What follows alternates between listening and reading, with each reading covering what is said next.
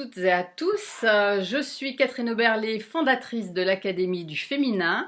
Et aujourd'hui, j'ai le plaisir de recevoir Marcelle Delafaye. Bonjour Marcelle. Bonjour. Alors, je vous reçois dans le cadre donc, du programme de l'Académie du Féminin, puisque ce mois-ci, nous parlons d'argent avec les adhérentes, les membres de l'Académie. Donc, je vais chercher un petit peu les expertes sur ce thème de l'argent. Alors, c'est vrai que moi, je l'aborde d'un aspect un petit peu plus psy, je dirais, mais j'aime bien ouvrir la fenêtre et voir aussi comment d'autres personnes aborde ce sujet et c'est pour ça que j'avais envie de faire appel à vous puisque c'est vrai que moi ça fait quelques années déjà que j'entends parler de vous pour tout ce qui est abondance, loi de l'attraction donc c'est vrai que ça me chatouillait l'oreille un petit peu, j'avais envie d'en savoir plus et je me suis dit ben voilà c'est une bonne occasion. Donc Marcel vous êtes vraiment l'experte on peut dire hein, de la loi d'attraction. Voilà, oui. J'ai commencé au début des années 2000, donc je suis une des premières. Je ne suis pas l'experte, il Oui, y en a bien beaucoup sûr, il y en a. évidemment. Oui, oui, Ouais. oui. Mais C'est en un tout sujet que je connais bien. oui, voilà. En plus, vous allez sortir, vous venez de sortir un livre qui a un très joli titre, c'est L'abondance en s'amusant. Exactement, oui. Donc, eh ben, on va s'amuser, j'espère, pendant ces 15-20 minutes où nous sommes ensemble. Alors déjà, alors comme je disais tout à l'heure, pour moi c'est un petit peu comment mystérieux tout ce qui est loi d'attraction, abondance. Alors, vous pouvez me dire un petit peu comment ça fonctionne, en quoi ça consiste, pour ceux qui ne savent Alors, pas du tout. oui, oui, bien sûr. La loi de l'attraction, c'est une loi, un peu comme la loi de la gravité. Donc, elle est reconnue scientifiquement et c'est une loi, en gros, mais je vous invite à vraiment faire vos recherches. Il y a suffisamment d'articles et de livres scientifiques qui en parlent. C'est une loi qui explique que selon la fréquence que vous émettez, la vibration que vous émettez, donc qui provient de vos pensées, de vos croyances, etc., vous attirez ce qui correspond à cette gamme de fréquences-là. Donc, c'est une loi qui fonctionne, qu'on en soit conscient ou pas, et on a tout intérêt à en être conscient pour être sûr de créer ce que nous voulons créer et d'attirer ce que nous voulons attirer. Donc, d'autant plus aujourd'hui où, par exemple, beaucoup de personnes pensent de façon négative, ont peur, etc., et ou sont soucieuses, on a vraiment intérêt à récupérer notre pouvoir de pensée et d'émotion pour pouvoir manifester et attirer ce que nous voulons. Donc, si je comprends bien, c'est pas seulement ce qu'on appelle un peu la méthode Coué, c'est pas seulement du mental, c'est pas seulement de se dire des belles phrases ou des mantras ou de se répéter des choses avec le mental, c'est vraiment incarner la vibration, c'est ça. Donc, c'est faire descendre dans le corps. J'adore ce mot incarner parce que c'est vrai que c'est pas seulement les pensées, c'est les émotions liées aux pensées. Ce sont ces émotions qui, quand elles sont très fortes, font que nous attirons, parce que c'est un univers d'inclusion, donc nous incluons ce que, en général, nous ne voulons pas voir, ou nous ne voulons pas voir se créer, se manifester, et bien parce que nous y pensons avec des émotions fortes, nous l'attirons. Et voilà, c'est vraiment aujourd'hui, dans la société, c'est une loi très très importante à connaître. Oui, alors c'est vrai on en parle vraiment beaucoup de différentes manières, mais donc ça veut dire que c'est possible de changer son état intérieur, son état émotionnel. Je fais un petit peu la naïve là, hein, mais pour vraiment pour aller chercher les réponses et pour que tout le monde puisse bien comprendre. Donc on peut changer son état émotionnel intérieur pour créer vraiment une autre vibration et pour attirer, donc, et c'est là que la loi d'attraction intervient, donc pour attirer, alors au lieu de dire argent ou abondance, on va dire des choses positives pour soi. Mhm. Oui, c'est ça. En fait, le problème, c'est que beaucoup de personnes suivent ce que la majorité des gens pensent ou croient, et donc elles s'accrochent. Moi, j'aime bien imaginer un peu l'image du pêcheur qui a une espèce de canne à pêche, et on lance notre canne à pêche de pensée vers le courant de ce que nous ne voulons pas nécessairement voir. On le voit ici avec les élections aux États-Unis, avec ce qui se passe dans le monde, en France, etc. En suivant les médias qui nous dirigent que vers un certain courant de pensée, eh bien, nous accrochons cette canne à pêche à ce courant-là, et sans nous en rendre compte, nous continuons à entretenir ces pensées-là qui ne sont pas les nôtres nécessairement, Mais parce que nous avions cette perspective-là, nous nous y sommes accrochés. Et nous avons ce pouvoir de nous dire à un moment, stop, je n'ai plus envie d'être dans la négativité constante, je n'ai plus envie de me sentir mal, je n'ai plus envie d'être soucieux de mon avenir, donc je fais le choix, et donc ça veut vraiment dire récupérer son pouvoir de décision. Oui. Je fais le choix, je prends la décision, non pas de jouer au bisounours, mais justement de décider qu'est-ce que moi je peux créer, de reconnaître que nous sommes créateurs, co-créateurs, et que si nous avons créé une perspective qui va plus vers la négativité, nous pouvons créer une perspective qui va plus vers la positivité, puisque dans le monde, on le voit, il y a autant de positif que de négatif. C'est juste où est-ce que je place mon regard. Oui, c'est vrai qu'on peut parler d'ombre et de lumière aussi, et ça voudrait dire, ben voilà, mettre aussi plus de lumière finalement dans le monde. C'est ça. Et on a un pouvoir énorme aujourd'hui parce que il y a toute cette évolution des consciences qui fait que de plus en plus de personnes veulent justement se focaliser et le font sur cette lumière. Et donc plus on est nombreux, plus cela s'intensifie. Et plus c'est facile justement de pivoter de l'un à l'autre. Oui. Et donc de s'installer dans un courant plus lumineux, plus positif. Et alors ce qui est magnifique, c'est que cela a un effet sur nos proches. Puis nos proches eux-mêmes ont un effet sur leurs proches et ça fait boule de neige. Oui, et alors pour en savoir un petit peu plus et comprendre un peu mieux comment ça fonctionne, vous proposez quoi? Enfin, ça consiste en quoi? Ça se fait comme ça? Parce que là, on en parle et les gens peuvent se dire oui, ok, c'est bien, c'est un peu un concept, mais dans la réalité, alors ça se passe comment? Alors pour moi, c'est essentiel justement qu'on puisse l'appliquer dans la réalité parce que trop de personnes vivent là en haut et nous sommes incarnés, c'est important de pouvoir l'appliquer dans notre vie quotidienne. Donc c'est tout simplement pour moi ce que j'aime beaucoup l'outil du pivot, pivoter, c'est-à-dire dès que je vois que je suis dans une émotion qui crée une tension, c'est tout de suite m'arrêter, faire une pause, dire stop à mon mental, observer ce qui se passe là et puis me dire ok, voilà ce que je ne veux plus. Et voilà ce que je veux à la place. Et je dirige mon attention, soit je transforme la phrase que je me disais négativement, je la transforme en positive, soit l'image peut-être du monde ou de la société que je voyais négative, je la transforme en ce que je veux moi voir se manifester.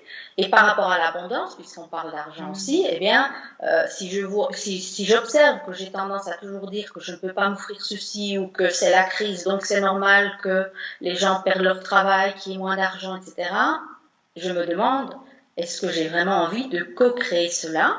Non.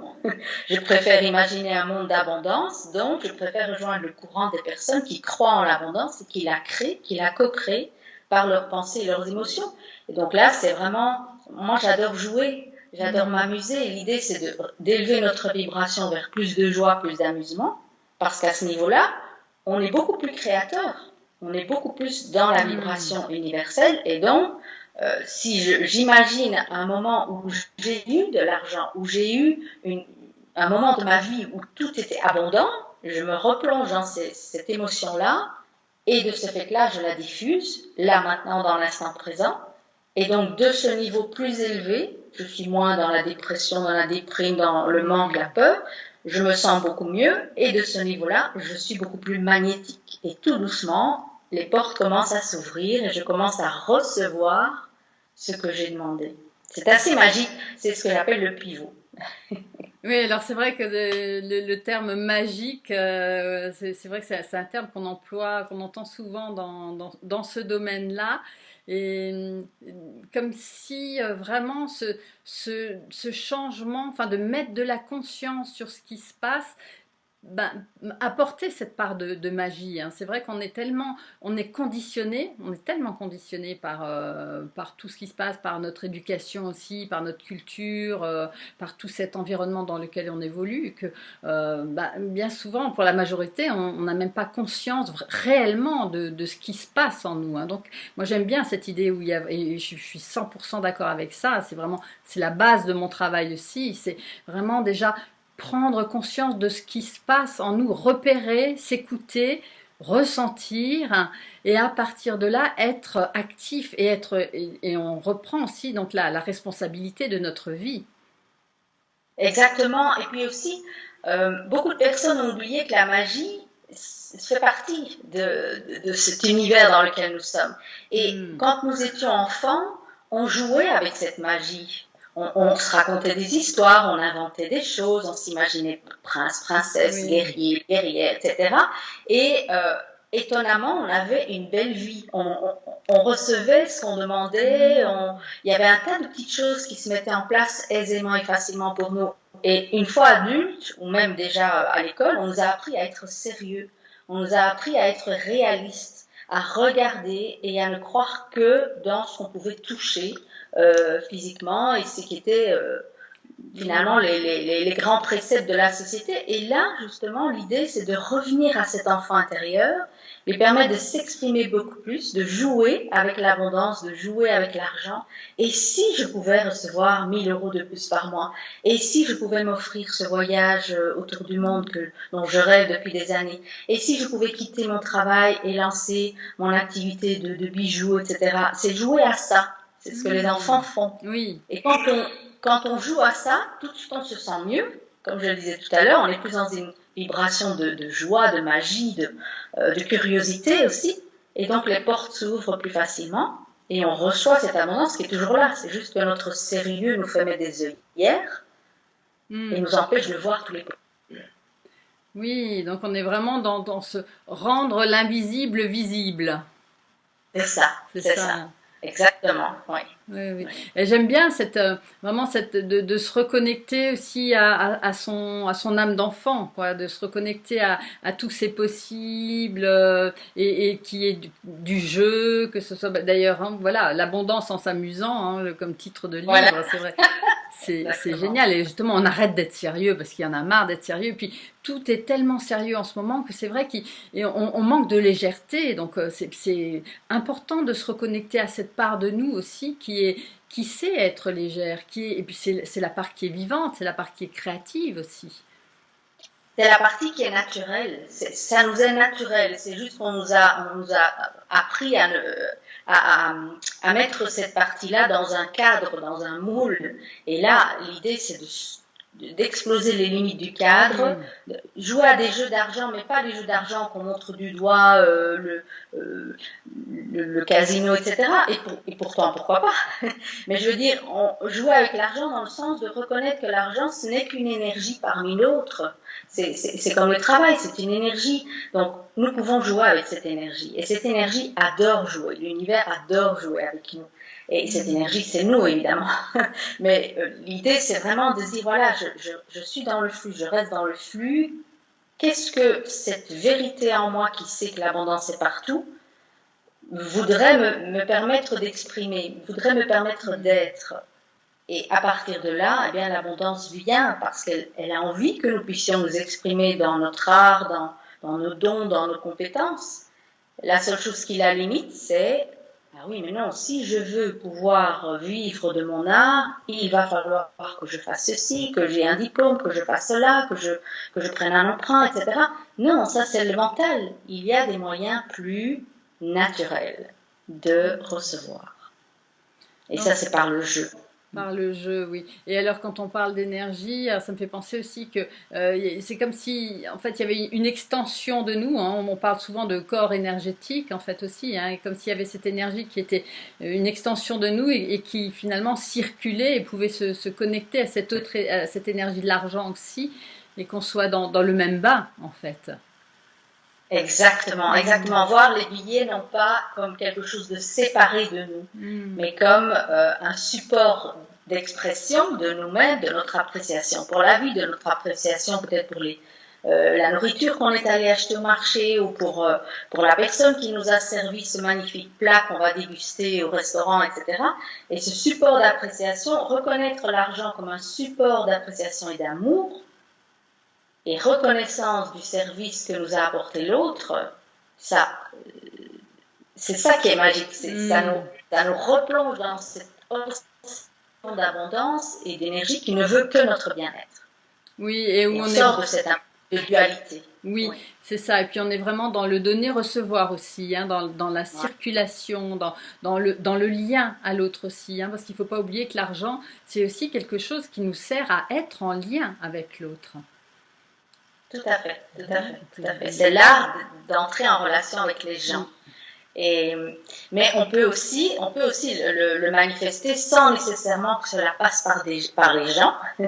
Et, mais c'est vrai que c'est pour ça que j'aime bien dire que l'argent, c'est vraiment un support d'amour, un support d'appréciation. Parce que la plupart des gens dans la société le voient comme quelque chose de mauvais, quelque chose de malsain, quelque chose qu'on ne doit pas vouloir, quelque chose qui crée des injustices dans le monde, etc. Non, c'est ce qu'on fait avec l'argent qui crée oui, cela. Ce n'est pas l'argent lui-même. L'argent lui-même, il a une énergie qui est neutre. Et on peut injecter dans cette énergie-là plus d'amour.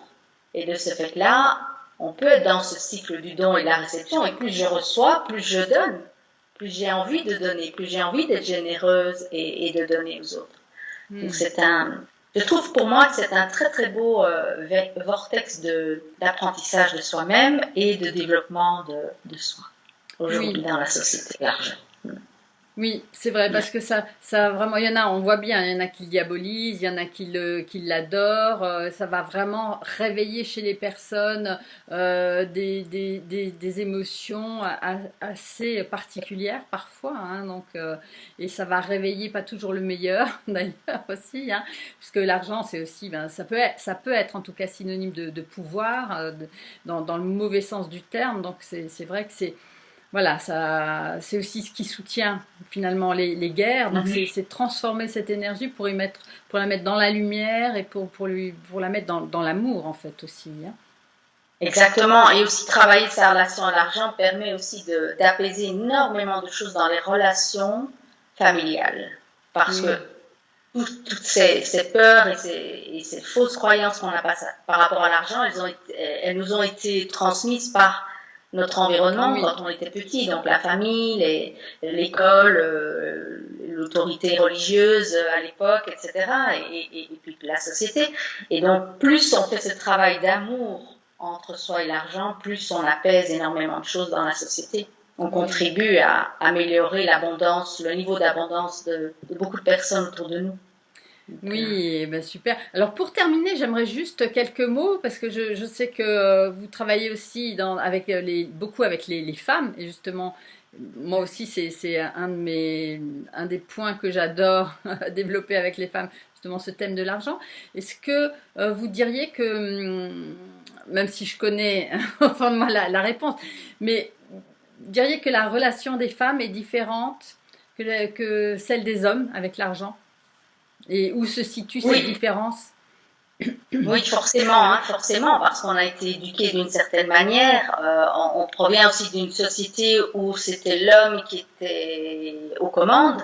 C'est l'homme qui amenait par son travail l'argent à la maison, même si beaucoup de femmes au foyer tenaient les cordons de la bourse, comme on dit, mais c'était malgré tout les cordons d'une bourse limitée, Oui, puisque c'était le budget familial et l'homme il avait ses affaires de son côté. Donc forcément, toute la lignée féminine de nos familles a été euh, limité et oui, il y a eu vraiment une espèce de programmation sur les femmes de nos familles. Maintenant, aujourd'hui, avec tout ce qui s'est passé, avec les différents mouvements de libération du féminin et le divin féminin qui entre de plus en plus dans la manière de fonctionner dans la société, où on voit bien que les burn-out, etc., ils proviennent du côté trop masculin de la façon de faire des affaires et de fonctionner.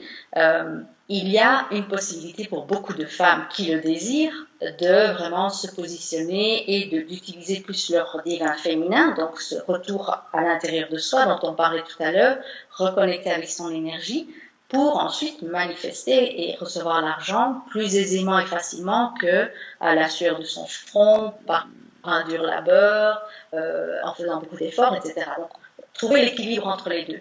Et je trouve, c'est pour ça que c'est une époque formidable aujourd'hui, oui. même avec passe. Hmm. Oui, oui, oui, c'est vrai que... Allez, on va le dire, oui, oui, nous vivons une époque formidable. C'est une époque en tout cas qui va marquer l'histoire, ça c'est sûr, hein. Voilà, une époque qui va marquer l'histoire et qui nous oblige aussi à penser autrement et à être créatifs de nouveau pour comment est-ce que la société va pouvoir fonctionner si il y a tout un tas de piliers qui ne sont plus là. Oui. Et comment pouvoir bien vivre comme ça. Bien vivre, je veux dire, bien s'épanouir. Oui, oui. Se réinventer, hein, d'une certaine manière. C'est ça, exactement. Être créatif, se réinventer. Donc ça va être intéressant dans les mois et les années à venir. Hein. Oui. On va pouvoir... C'est déjà en cours. Hein. Beaucoup de femmes leaders, etc., et des cadres en entreprise comprennent qu'elles doivent se recycler quelque part ou réorienter, se réinventer, se recréer leur manière de fonctionner en étant plus en accord avec leur cycle, leur rythme, leur manière de voir les affaires, d'entrer en relation, etc., en se respectant plus. Oui. Et donc c'est tout boni pour tout le monde. Oui, et mettre plus de féminin dans le monde, justement. Hein. Voilà.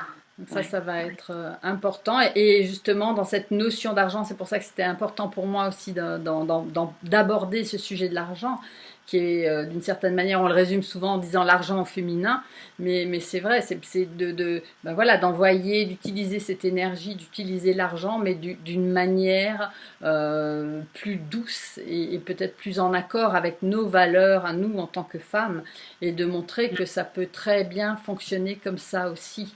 Donc, d'ailleurs, il y a des pays, hein, je pense à l'Afrique et d'autres pays, peut-être en Asie aussi, où ce sont les femmes qui font tourner le commerce, par exemple. Hein. Donc les femmes savent faire, mais je pense qu'elles ont oublié, ou dans cette mémoire ancestrale, et quelque chose qui a été oublié. Et puis en fait, c'est à nous, et je pense que c'est pour ça qu'on travaille là-dessus aussi. Hein, c'est vraiment d'aller éclairer ça, d'aller redonner confiance, d'aller redonner les clés pour que les femmes puissent se connecter à ce savoir-là. Il ne faut pas oublier que dans notre société, autour de la Renaissance, etc., les femmes avaient le pouvoir. Comme vous le disiez, c'est elles qui tenaient les commerces, c'est elles qui faisaient les affaires pour leurs hommes. Et pendant les guerres, c'était les femmes qui tenaient tout aussi. Donc, c'est juste se rendre compte que nous savons faire, que nous pouvons le faire. Maintenant, est-ce que nous voulons le faire? La question, elle est là. Et en équilibrant le côté pouvoir de l'argent avec le côté amour de l'argent. Une fois qu'on aura équilibré cela, on aura une planète d'abondance, qui est déjà abondante naturellement, mais je veux dire au niveau argent, tant qu'il y aura de l'argent, ce sera beaucoup plus facile de se sentir abondant tous. Oui, et ça c'est la vraie question. Est-ce qu'elles veulent le faire? C'est une question vraiment très importante. Et je vous la pose à vous, mesdames, qui allez regarder cette vidéo, c'est est-ce que vous en avez vraiment envie? Est-ce que vous êtes prête à le faire, à relever ce challenge finalement, ce défi-là? Ça, c'est la vraie question. Oui, ou jouer ce jeu-là, ce nouveau jeu, créer de nouvelles règles du jeu de l'argent dans la société, dans votre univers d'abord à vous, et puis après, on verra comment la société va évoluer, mais... Je trouve que c'est quand même très très intéressant de voir qu'il y a de plus en plus de monnaies alternatives qui arrivent, etc. Donc, qui sont des monnaies qui visent le cœur, justement, qui visent la vibration du cœur. Maintenant, voilà, on verra où ça nous mènera, mais c'est intéressant. Ça veut dire que c'est possible. Oui. Ok, ben merci beaucoup Marcel pour cet échange très riche. Donc, je rappelle, il y a votre livre, donc L'abondance en s'amusant, qui est sorti ou qui va sortir? Il est sorti, il est sur Amazon. Il est sorti. Vous pouvez le trouver. Ok. Et puis sinon, pour vous retrouver, donc sur le site loidattraction.com, puis je le mettrai dans les commentaires aussi. Donc si vous regardez cette vidéo, ben, n'hésitez pas à la liker, donc à cliquer, à vous abonner à la chaîne donc de l'Académie du Féminin. Et puis vous pouvez aller voir le site aussi de l'Académie du Féminin. Donc je suis Catherine Oberlé et aujourd'hui j'étais avec Marcel Delafaye. Un grand merci Marcel. Merci Catherine, merci à tous. Bye bye tout le monde et je vous dis à très bientôt pour une prochaine interview. Au revoir.